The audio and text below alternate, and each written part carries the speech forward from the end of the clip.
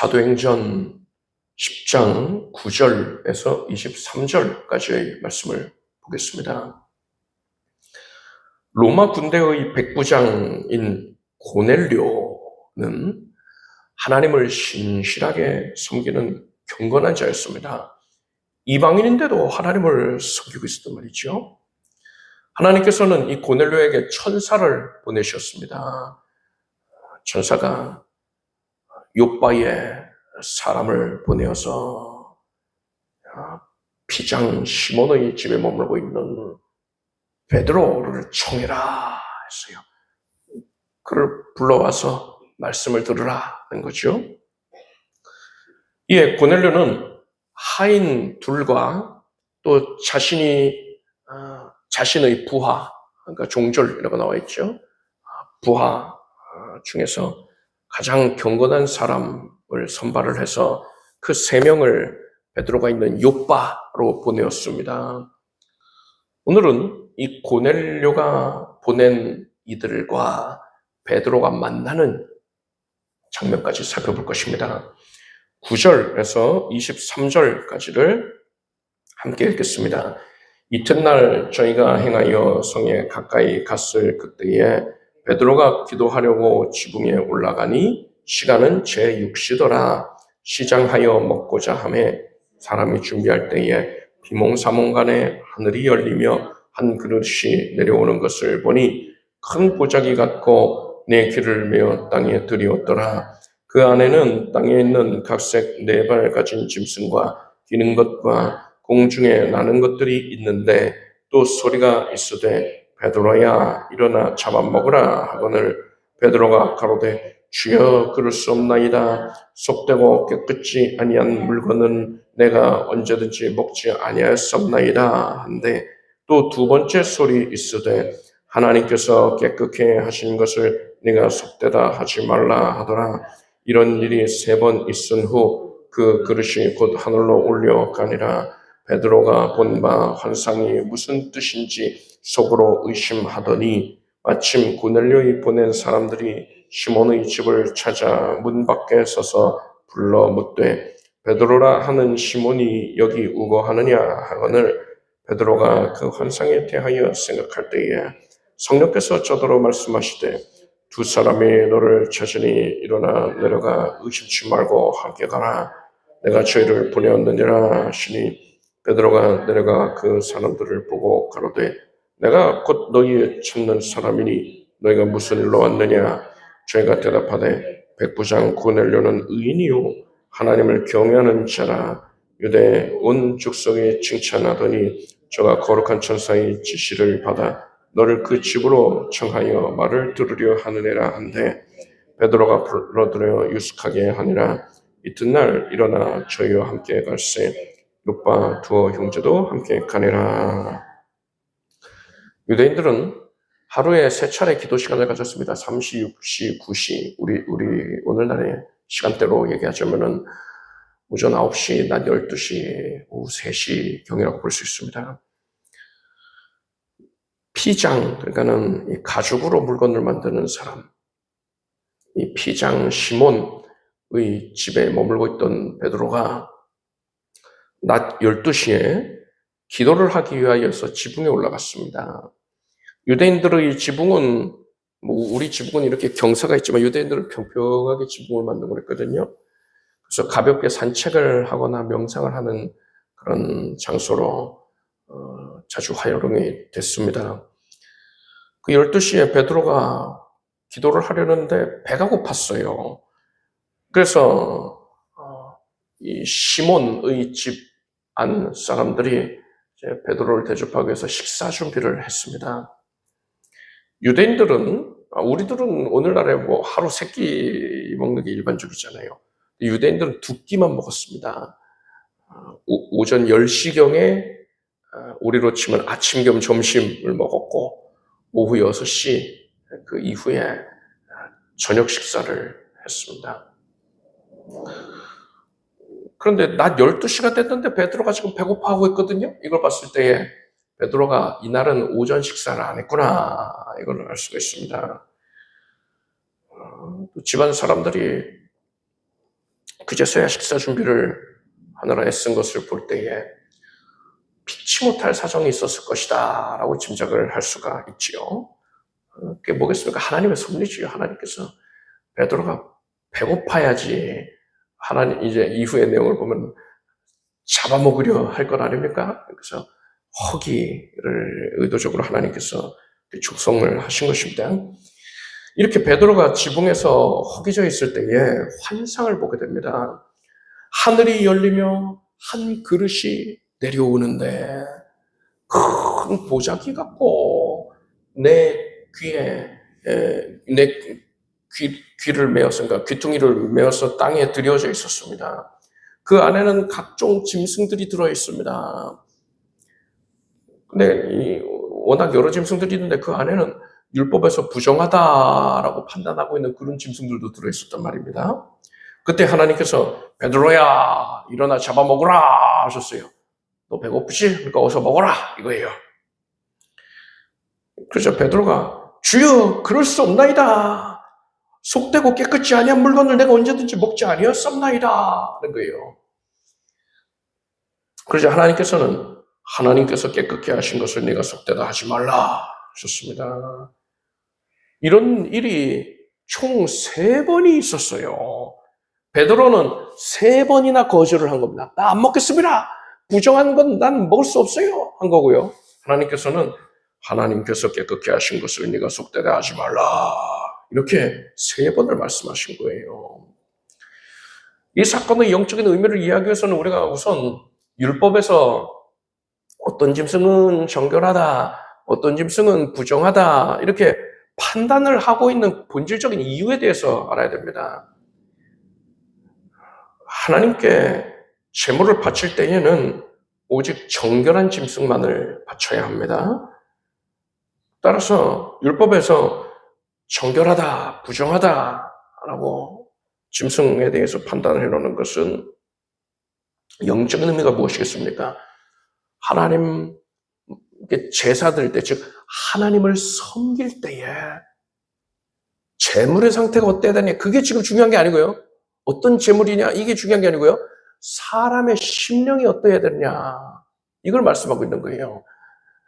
그래서 어떠한 심령을 가질 때에 그가 하나님을 비로소 섬길 수 있느냐, 하나님께서 그의 섬김을 인정하여 주시는 것이냐, 이것에 대한 교훈을 주시기 위함이란 말입니다.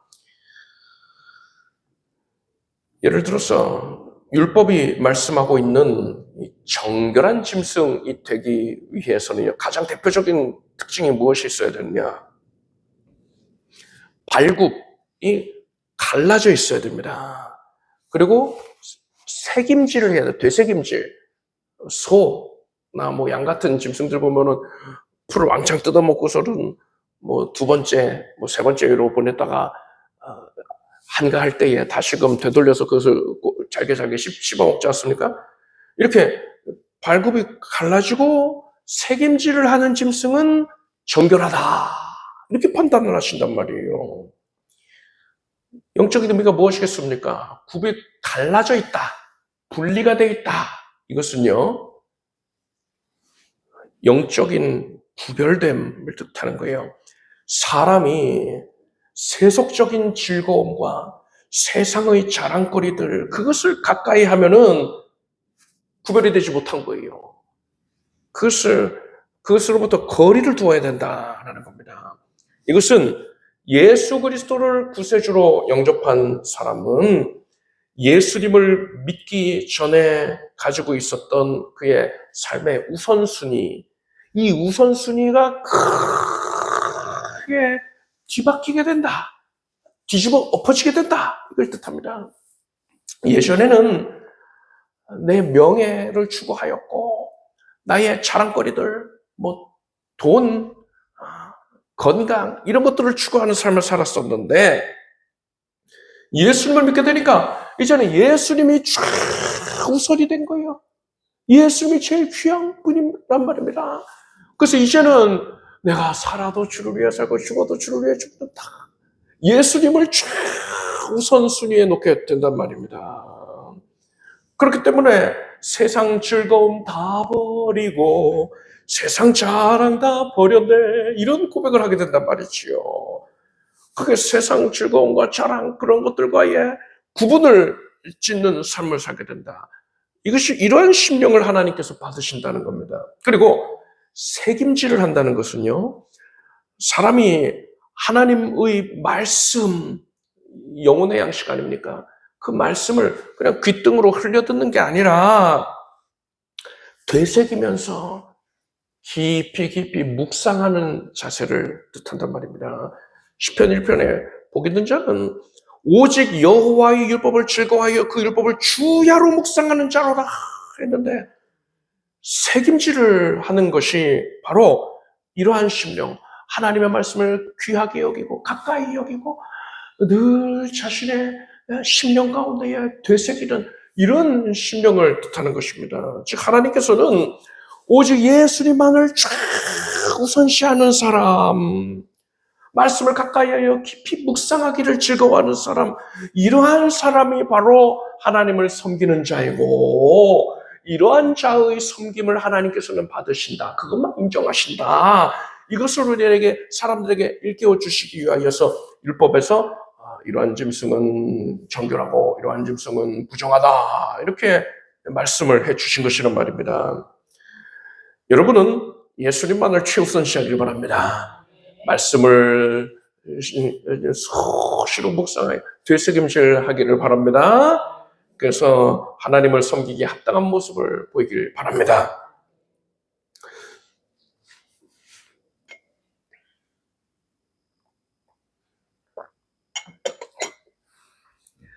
자, 이렇게 율법의 의미, 정결한 짐승, 부정한 짐승의 의미를 우리가 이해하게 되었는데, 이것은 신약 성경이 있으니까 우리가 신약적인 지식에 근거하여서, 물론 성령의 조명하심 가운데에 신약의 지식이 있기 때문에 비로소 제대로 알게 된 겁니다. 그런데 신약이 온전히 계시가 되기 이전 시대, 지금 우리 본문에 나오는 초대교회 시절도 신약 성경이 아직 다 완성이 된 시점은 아니란 말입니다. 주후 100년이 이르러야지 이제 계시록까지 다 완성이 되는 것이죠.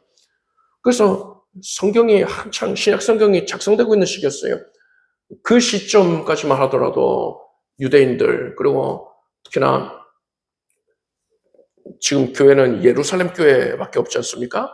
그 예루살렘 교회의 성도들, 그리고 베드로까지도요, 이러한 우리가 지금 나눈 이러한 깨달음에 이르지를 못했었어요. 신약이 없었기 때문에 제대로 깨닫지를 못했단 말입니다. 그저 구약적인 사고로 이해하고 있었어요. 아, 하나님이 이러이러한 짐승은 기뻐하시고 이러한 짐승은 싫어하시는구나. 그러니까 이 짐승은 좋은 거고 이 짐승은 나쁜 거야.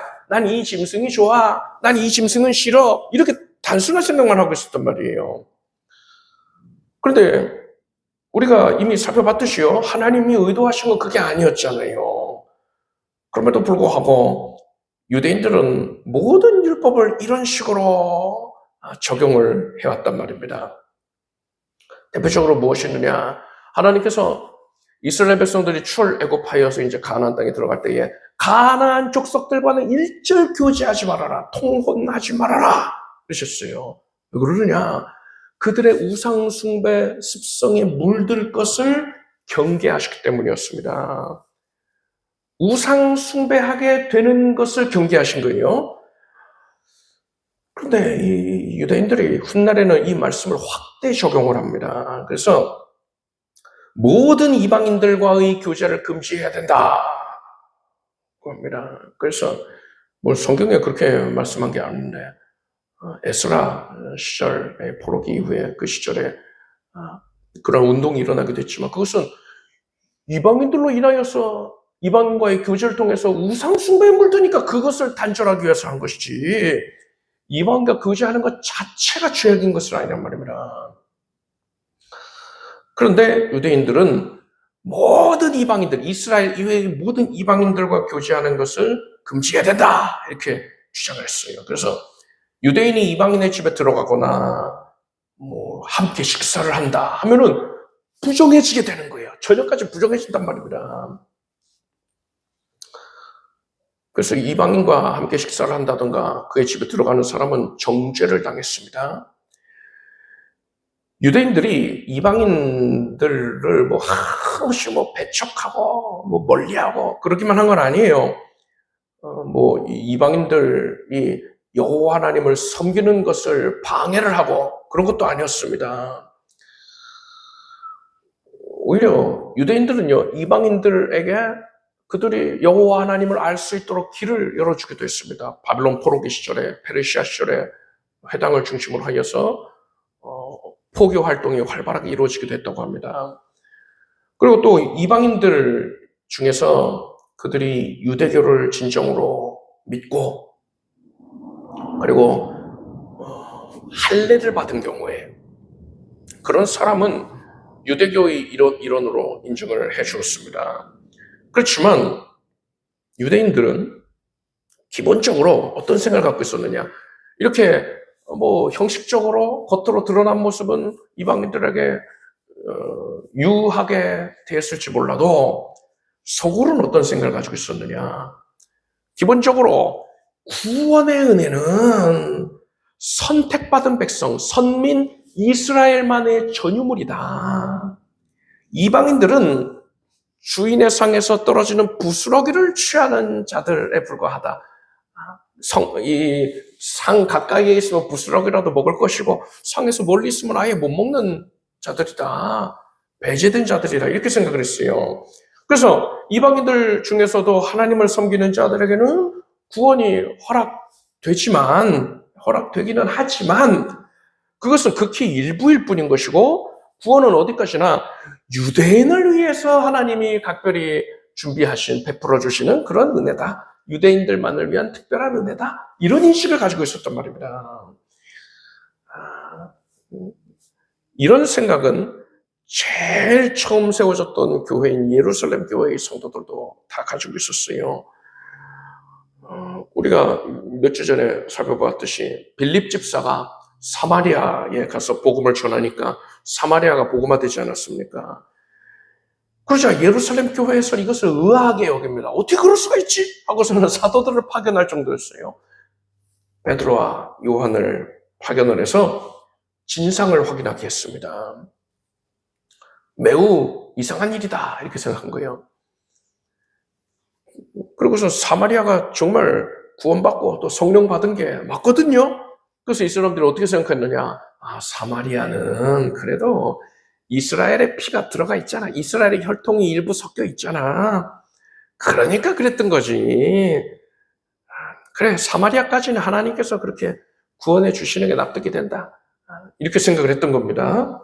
그렇지만 그 외에 이스라엘의 피가 섞여 있지 아니한 일반적인 이방인들의 경우에는 그들은 은혜에서 배제가 되어 있는 자들이고 율법적으로 볼 때에 부정한 자들이니까 자기들이 정한 거죠. 이거는 율법으로 부정하다. 이거 뭐 율법에 그들이 부정하다는 게 아닌데 그들이 부정한 자다 라고 생각을 해서는 가까이 하려고 하지 않았던 것입니다.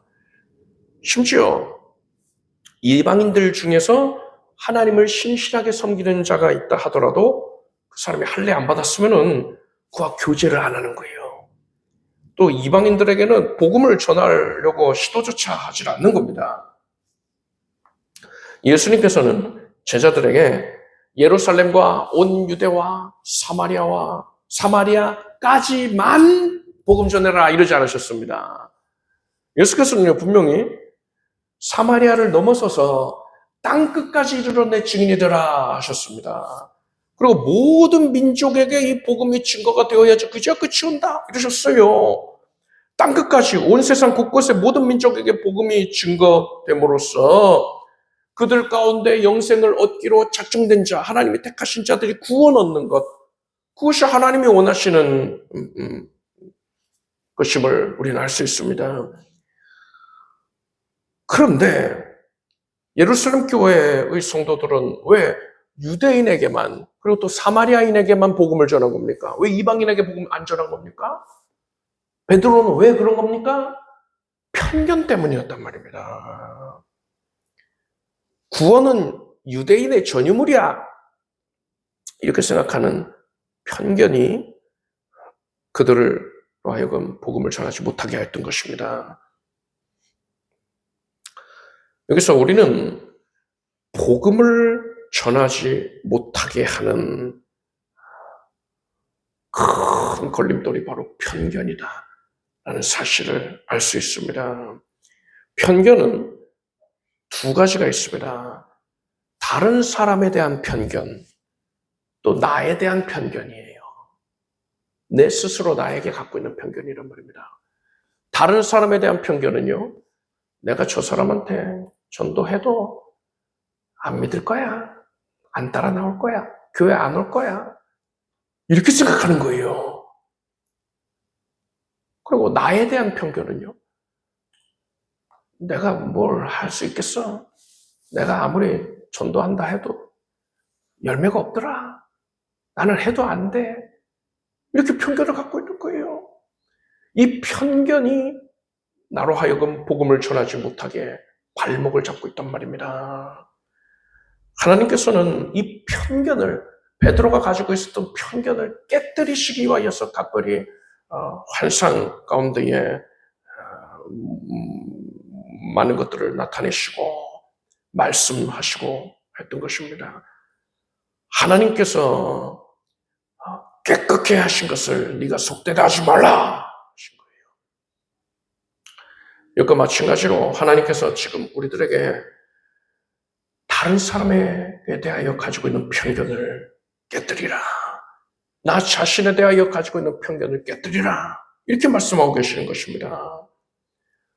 너는 내가 구원하기로 작정한 사람, 그 사람이 복음을 믿지 않을 거라고 생각하고 있던 그 마음을 버려라. 그리고 너는 내가 복음 증거자로서 세운 자이다. 내가 너에게 복음을 전하라는 사명을 맡겨놓으라. 그러니 네가 할 수 없다는 생각을 버려라. 이렇게 말씀하고 계시는 것이에요. 여러분은 다른 이에 대한 편견을 깨뜨리고 나에 대한 편견을 깨뜨림으로써 이제는 복음을 전하시길 바랍니다. 고넬료는 베드로를 청하라는 이러한 지시를 받고서 내심 걱정이 됐을 거예요. 유대인들이 이방인과 교제하는 것을 부정하게 여긴다는 것을 잘 알고 있기 때문입니다. 게다가 유대인에게 이방인의 집을 방문해달라 하는 것은요, 큰 결례로 여겨지기도 했단 말입니다. 어느 정도였느냐, 여러분, 예수님이 공생의 시절에요, 가버나움에서 한 백부장이 예수님께 내 하인의 중풍병을 고쳐주십시오 이렇게 요청을 합니다. 그러니까 내 집에 오셔서 고쳐주십시오 이 요청이었던 것이죠. 그러다가 이게 아니다 싶어서 사람을 또 보냅니다. 예수님께. 예수님이 집으로 향하고 계셨거든요. 사람이 또 와서는 뭐라고 했느냐, 주여 내 집에 들어오심을 나는 감당치 못하겠사오니 다만 말씀으로만 하옵소서. 그러면 내 하인이 낫겠사옵나이다. 예수님 오시지 마세요 하고 번복을 하였던 것입니다. 왜 그랬느냐? 물론 예수님이 이스라엘 가운데서 이만한 믿음을 내가 보지 못하였다 하실 만큼 이 백부장이 큰 믿음을 소유하고 있기 때문이기도 하지만, 한편으로 볼 때에 이 백부장은 예수님이 이방인인 자신의 집을 방문하시게 되거나 사람들에게 판단받게 되시니까, 부정해졌다 이렇게 판단받게 되시니까 그것이 예수님께 큰 결례라고 생각을 해서 예수님 오시지 않아도 됩니다 이렇게 번복을 하였던 것입니다. 우리가 살펴보고 있는 이 고넬료 역시도 베드로를 청하라 이런 명령을 받았지만 베드로를 초청하는 것에는 큰 고민이 됐을 겁니다. 그래서 하인 둘과 또 자신이 총애하는 병사 한 명을 그렇게 보내면서도 많은 염려를 갖고 있었을 거예요. 그런데 하나님께서 어떻게 섭리하셨습니까? 고넬료가 보낸 이들이 베드로에게 도착하기 전에 베드로에게 환상을 보여주시고 말씀을 주셨단 말이에요. 보자기 내 귀가 드리웠다 했는데 이것은 동서남북입니다. 사방으로 복음이 전해지는 것을 의미하는 것이요. 온 세상을 복음이 뒤덮어야 된다. 거기에 짐승들이 가득 들어있는데 구원 얻어야 할 심령을 상징하는 겁니다. 근데 그들 중에는 유대인들이 볼 때에 부정하다라고 여기는 짐승도 있어요. 유대인들이 부정하다라고 여기는 이방인들까지도 그 안에 포함이 되어 있다는 거예요. 그래서 하나님께서는 하나님이 깨끗게 하신 것을 네가 속되다 하지 말라 이 말씀하심으로써 베드로에게 이방인의 구원에 대한 편견을 갖고 있지 말아라. 그들도 내 백성이다. 그들의 구원을 위해서 네가 애써야 된다. 이런 메시지를 지금 분명하게 주신 거란 말입니다. 고넬료가 보낸 이들이 도착하기 전에 베드로에게 그러한 경험을 하게 하나님이 섭리를 하셨어요. 이것을 통해서 베드로의 편견이 깨어지고 깊이 고민하던 중에 고넬료가 보낸 이들이 딱 도착을 한 겁니다. 그러니까는 베드로가 망설이지도 아니하고 또 성령의 음성을 듣고는 망설이지를 아니하고 그들을 따라서 고넬료의 집을 방문을 할 수가 있었던 것입니다. 하나님께서는 이 고넬료에게 베드로를 정해라 이렇게 지시만 하시고서 잘하나 보자 하고서는 팔짱 끼고서 구경하신 게 아니었습니다. 고넬료의 하인들이, 그러니까 고넬료가 그 말씀에 순종해서 하인들을 보냈잖아요. 그 하인들이 베드로에게 당도하기 전에 가장 적절한 타이밍에 베드로에게 먼저 역사해 주셨단 말이에요. 그래서 하나님이 계획하신 바가 다 순조롭게 이루어질 수 있도록 하시지 않습니까? 이 과정 가운데에 고넬료가 할 일은 오직 하나님의 말씀에 순종하는 것뿐이었습니다. 순종하는 데에 있어서 일이 잘 이루어질지 아니면은 문제가 생길지 이런 거를 고민하고 염려하는 거는 불필요한 일이었단 말입니다. 제일 중요한 건 순종이었어요. 여러분이 하나님의 말씀을 따를 때에 고민하지 말기를 바랍니다. 모든 염려는 주님께 맡겨버리십시오. 우리는 그저 순종만 하면 되는 거예요. 아브라함이 하나님의 말씀에 온전히 순종했을 때 이삭을 바치라 이 말씀에 온전히 순종하였을 때에 하나님이 예배해 놓으신 순양을 얻을 수가 있었습니다. 마찬가지로 우리도 하나님의 말씀에 순종하면 하나님께서 우리를 위해서 특별하게 섭리하시고 역사해 놓으신 모든 것들을 취하여 누릴 수 있게 될 것입니다. 그제서야 그것을 확인하고 발견하고 기뻐하게 되는 거예요. 우리는 그때에 내가 하나님께 순종하였더니 하나님께서 나보다 앞서 행하셔서 모든 길을 이미 탄탄대로로 이루어 놓으셨구나 하면서 하나님의 섭리에 탄복하여서 경배하고 하나님을 찬미하게 될 것입니다.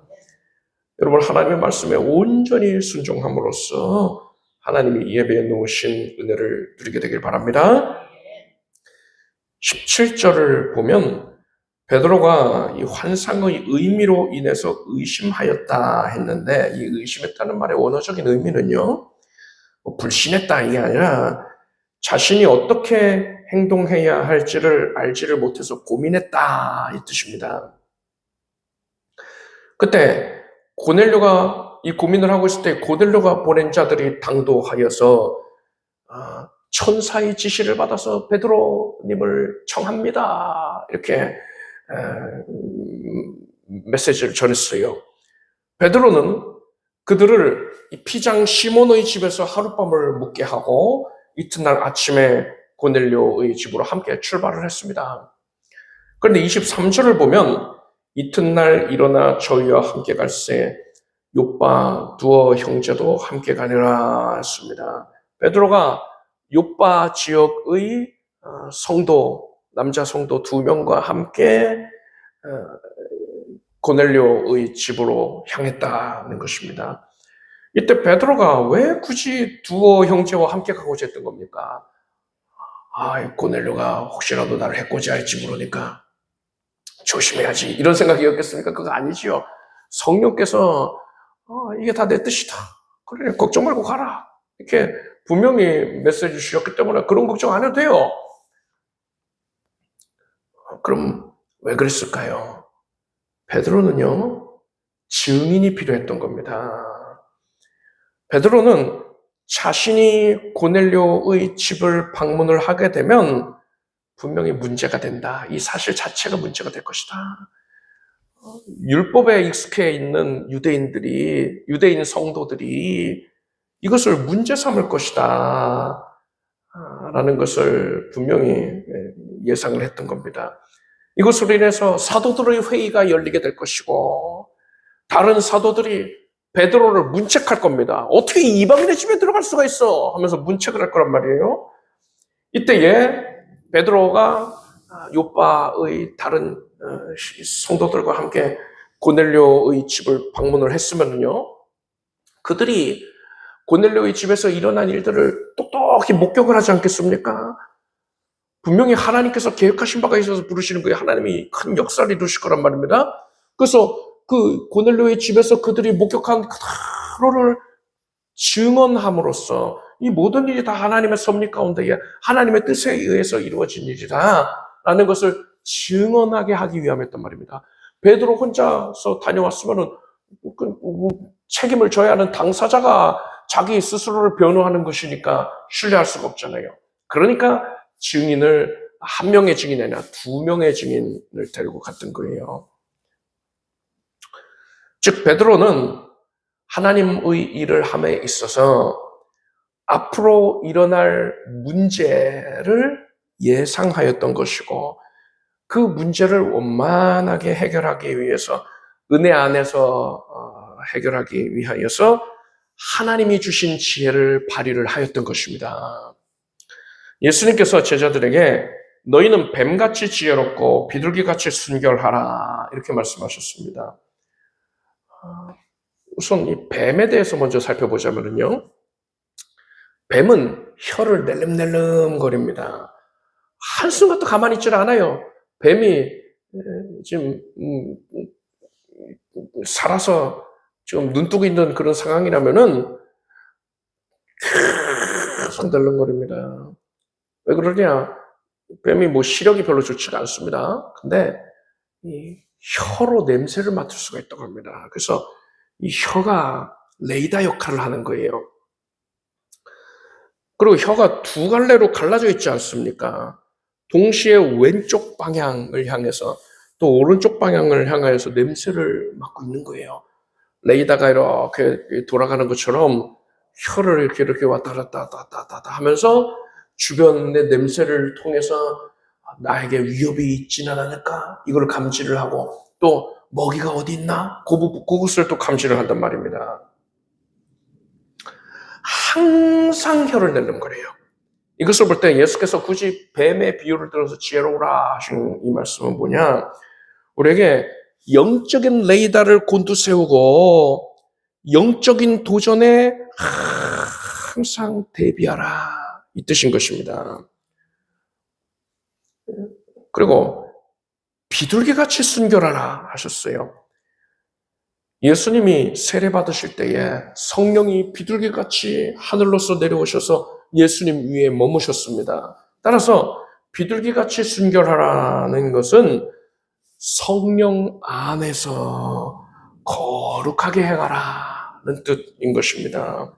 즉 뱀같이 지혜롭고 비둘기같이 순결하라는 이 말씀은 우리가 주의 일을 감당할 때에 이후로 예상이 되는 문제들, 그것들에 적절하게 대처를 해야 하는데, 모든 일이 은혜 안에서 이루어지게 하기 위해서 적절한 대처를 미리 강구해 놓아야 하는데, 그 모든 것이 성령 안에서 성령의 지혜로 말미암아서 대비가 되어야 대처가 되어야 한다라는 뜻인 겁니다. 그런데 이런 의미를 헤아리질 아니하고 뱀처럼 지혜로워라 했으니까는 때로는 뱀은 마귀일 테니까 이 마귀의 지혜도 빌려다 쓸 필요가 있겠구나. 때로는 거짓말을 해도 되는 거야. 결과를 좋게 하기 위해서는 거짓말해도 되고 뭐 이런저런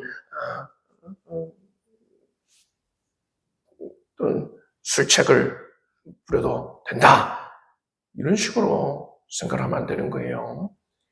그래서 모든 것을 성령 안에서 성령님이 주신 지혜로 잘 대비하라. 이렇게 이해를 하면 되는 것입니다.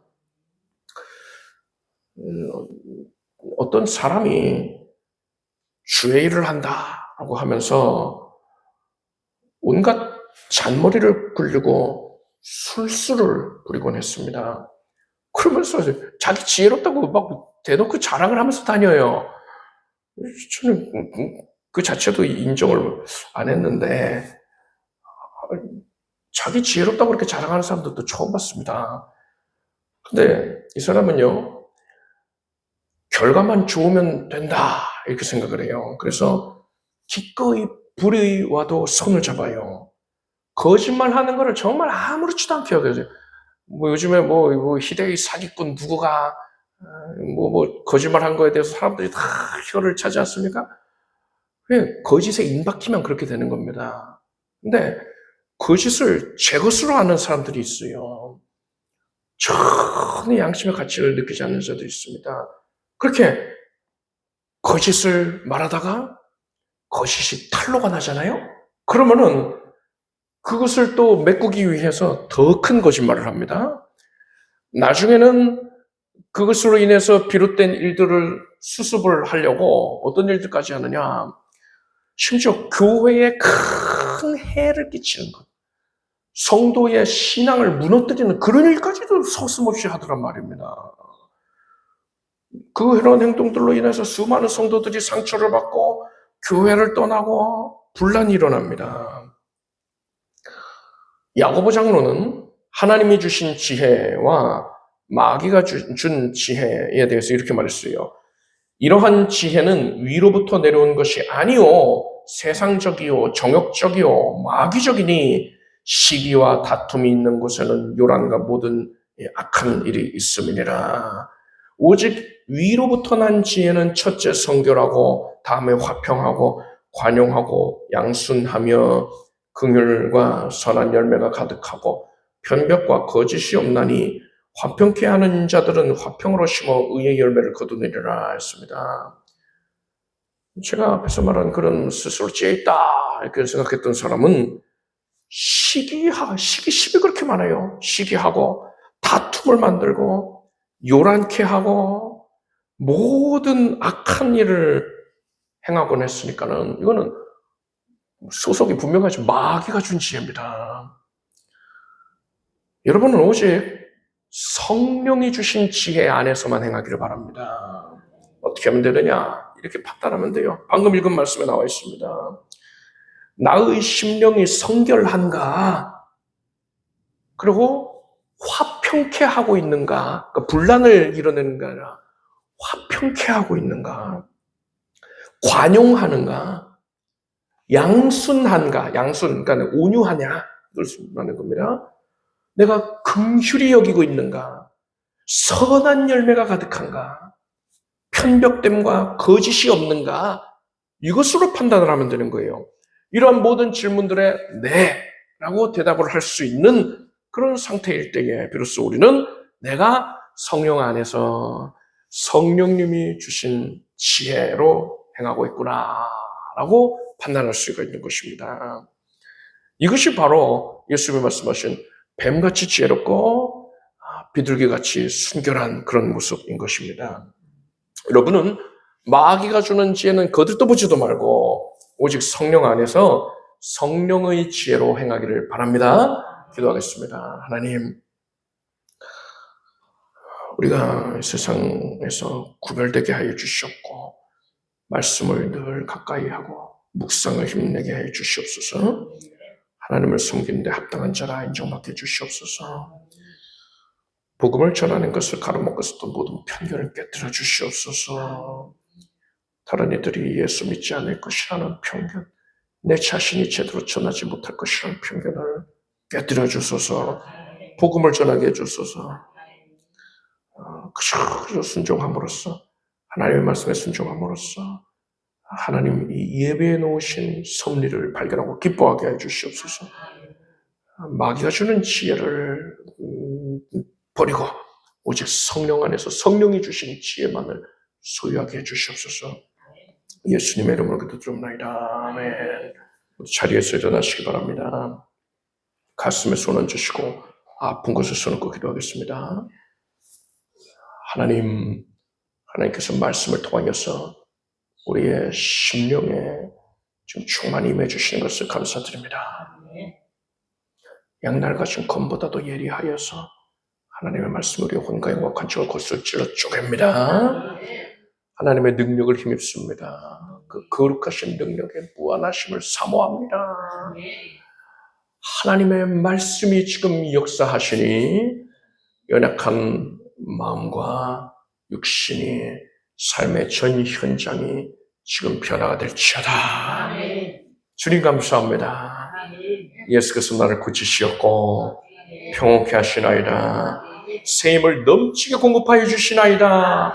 머리부터 발끝까지 성령 충만하여서 성령께서 주시는 새 힘으로 충족할지어다. 거룩한 능력으로 일어나 이제 빛을 발하게 될지어다.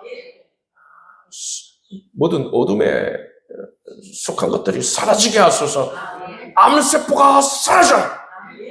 사랑하는 온 가족들에게서 암세포가 사라질지어다. 깨끗하여져라. 온몸의 염증이 사라질 것이고 통증도 사라질 것이고 체온도 정상이 되고 당수치도 정상이 될지어다. 혈압이 정상이 될지어다. 너희의 신경 조직들을 하나님께서 온전케 하여 주시옵소서. 모든 것을 회복하여 주시옵소서. 어떠한 부작용, 후유증 남지 아니하게 하시고 하나님의 고치심으로 말미암아 깨끗하게 나음받아도 고백하게 해 주시옵소서. 하나님께서 심령에는 지극한 평강을 주셨습니다. 구원 얻은 감격으로 도와여 주셨습니다. 이제 가정의 온 가족들 다 복을 받고 그 은혜를 함께 한 마음으로 한 뜻으로 주 앞에 달려나와 예배하며 영광 올리게 해 주시옵소서. 복음 증거자로서의 삶을 살게 하여 주시옵소서. 하나님께서 오늘날 나를 고치셨노라고, 오늘날 내게 복 주셨노라고 힘써 고백합니다. 하나님 영광 받아 주시옵소서. 예수님의 이름으로 기도드립니다. 믿은 대로 될지어다. 이렇게 박수 올리겠습니다. 자리에 앉으십시오. 준비하신 예물을 정성된 마음으로 드리겠습니다. 드리신 예물 위에 축복 기도하겠습니다. 하나님의 은혜에 감사드립니다. 베푸신 은혜, 하나님이 지금 우리에게 내려주신 모든 것들, 이후로 응답하실 모든 것들에 감사드립니다.